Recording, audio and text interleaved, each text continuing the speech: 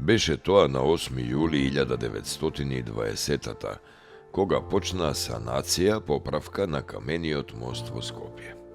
Инаку за неговата изградба постоја две предпоставки околу датумот на мостот.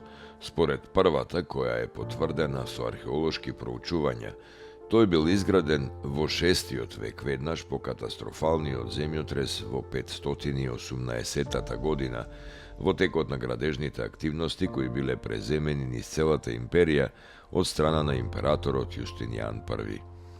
Според втората предпоставка, која е поддржана со историски извори, мостот бил изграден во времето на султанот Мехмед II освојувачот, во периодот меѓу 1451 и 1469.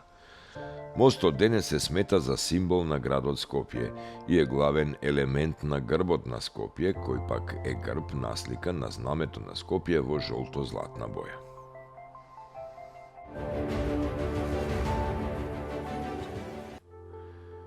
Беше тоа на 8 јули 1947 кога на седницата на Советот за безбедност на Обединетите нации, советскиот делегат Андреј Громико остро го нападна извештајот на анкетната комисија за состојбата во Грција кој беше поднесен на одобрување.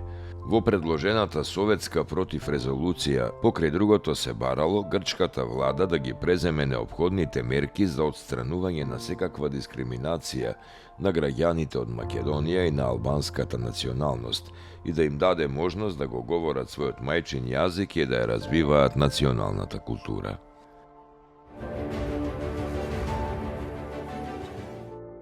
Беше тоа на 8 јули 1997 кога е усвоен законот за употреба на знамињата, со кој беше регулирана употребата на македонското државно знаме, а беше забранета употреба на знамиња на други држави во државните и локалните институции.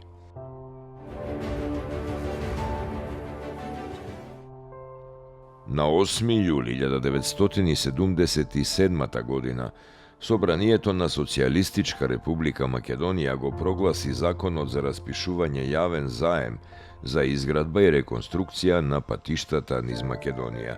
Запишувањето на заемот почна на 1 октомври 1977 и траеше до 1 декември истата година.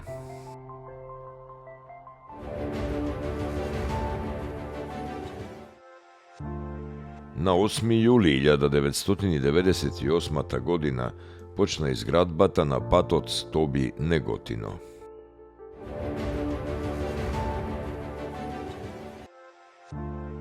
На 8 јули 1943 во Гевгелија е роден Илија Карајанов. Карајанов бил член на Друштвото на писатели на Македонија од 1987 година.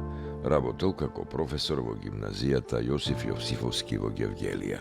Автор е на стихозбирките Сончогледово око, Цветови на слободата, Полноќен синопсис, Сономорје, Слики од југот, Зборници во сонот, Сонети без почеток и крај, Свилени звуци.